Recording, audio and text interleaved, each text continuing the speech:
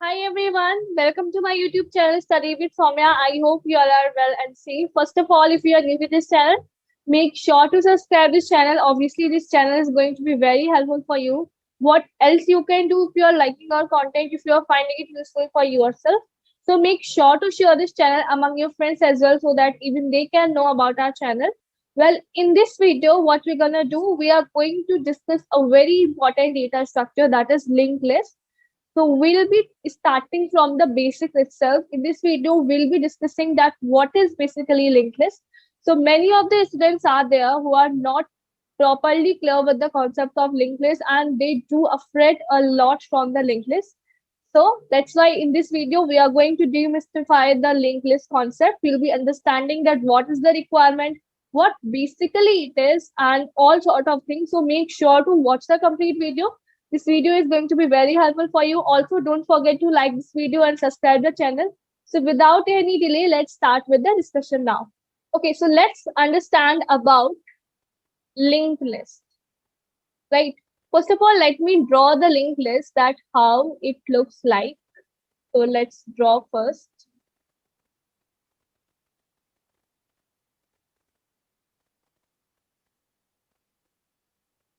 This is null. And here we have a special pointer known as head.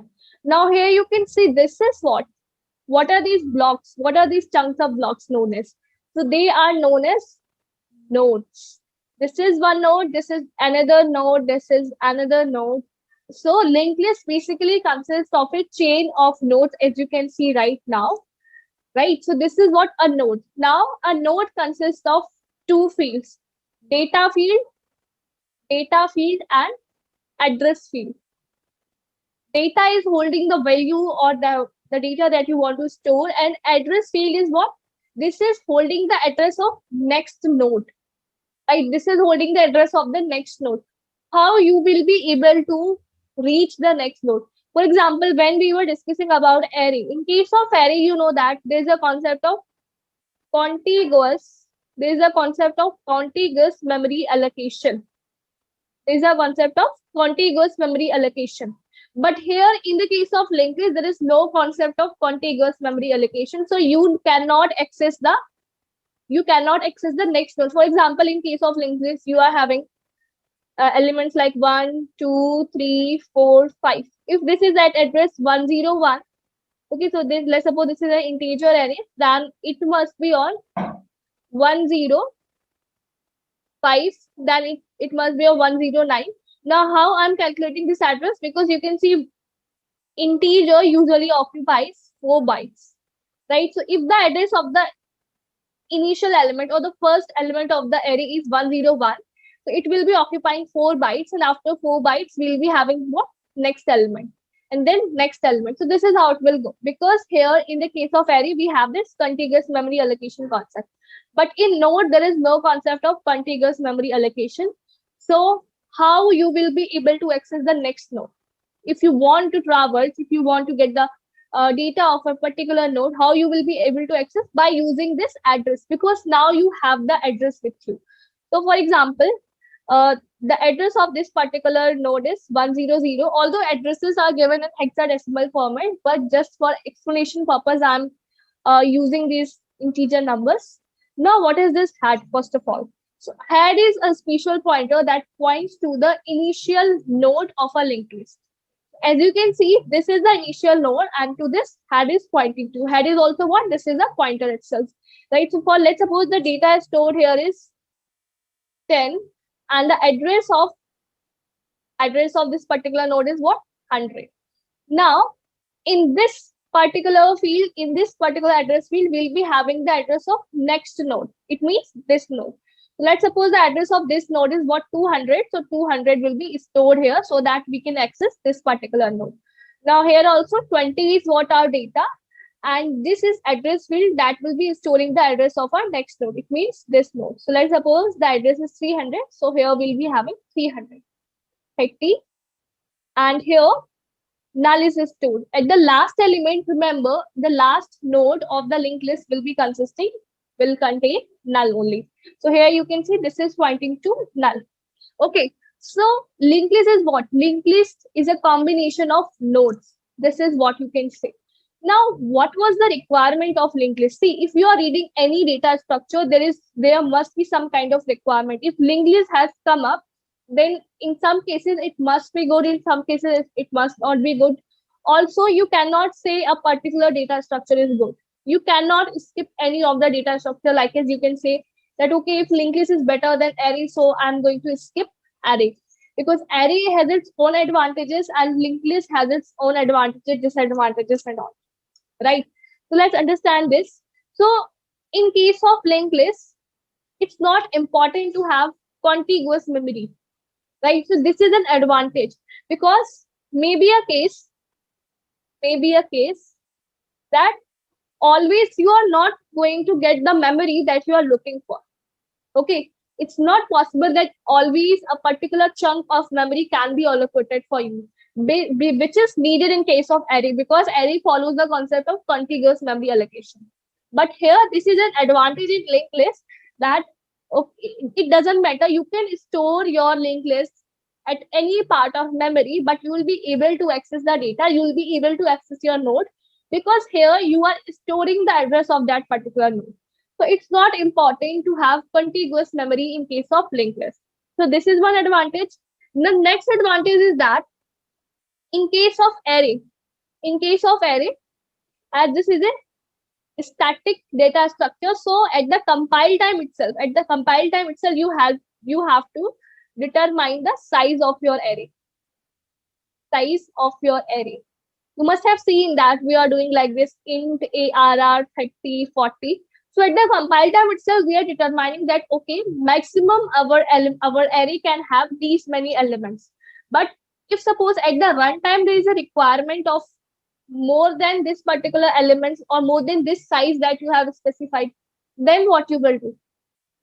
In that case, you have to take another array having size greater than that of this one. Then you have to ship all the elements that is present in your array arr to another new array. Let's suppose that is a, and it can have 50 elements now, to this particular array. Okay, so this is the only case possible. At the runtime, you cannot change the size of array. You cannot change the size of array. If you want to accommodate new elements, you have to take another array of greater size than the previous one, and then only you can shift the elements and on. But in case of linked list, this is not the case.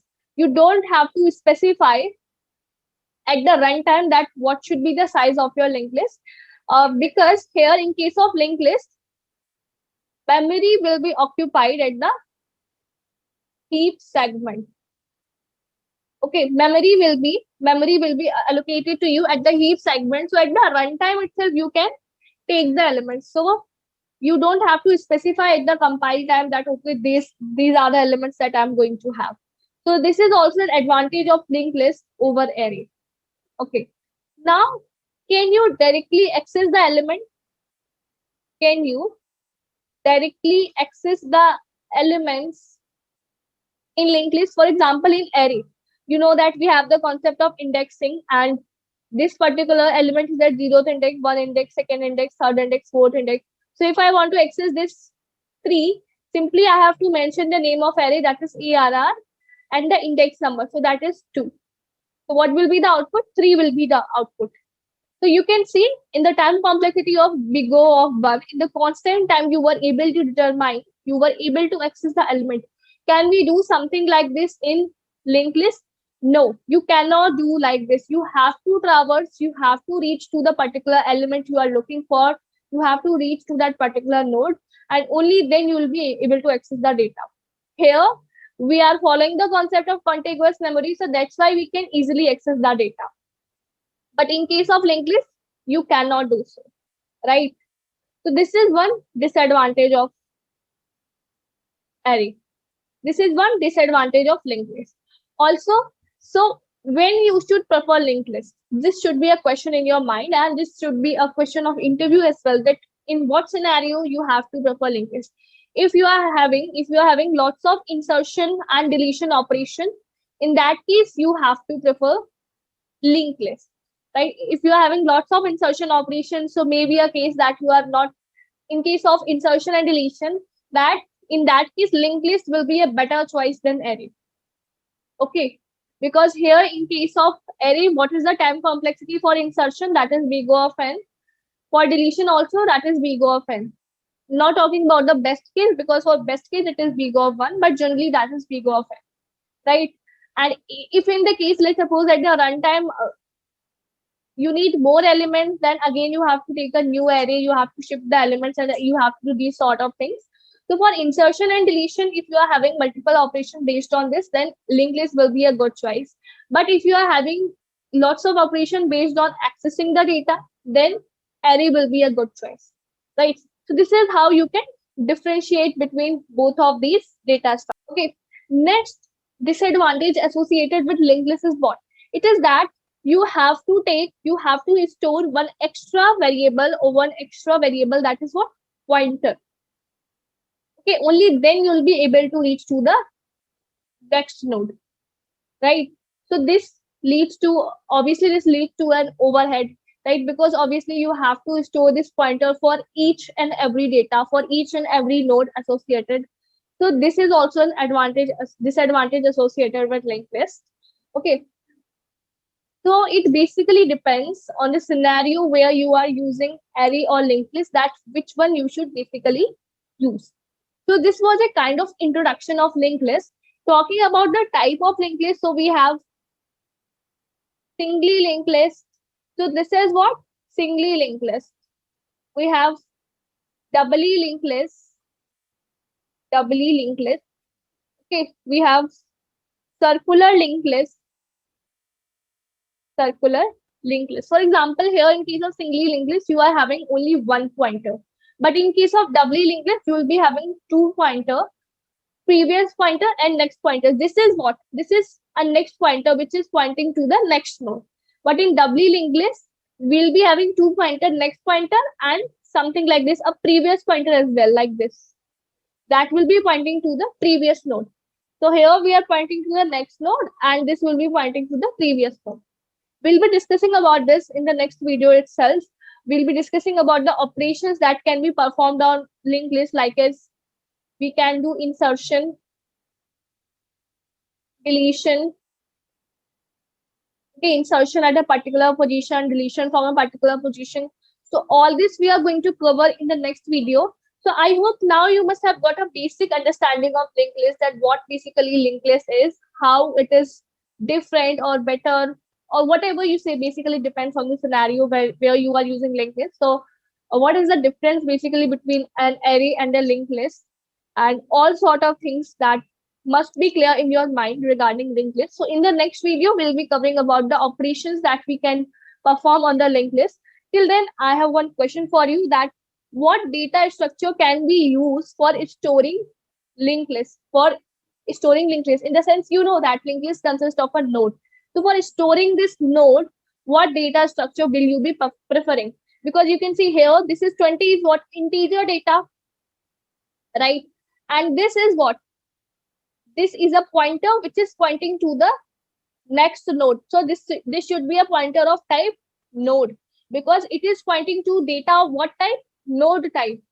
So which particular data structure will you be using for storing that node? This is my question from you. Comment down your answer in the comment box.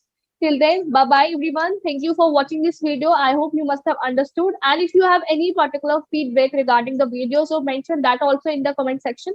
Thank you everyone. Bye bye. Thanks for watching the videos. Don't forget to like and subscribe this channel.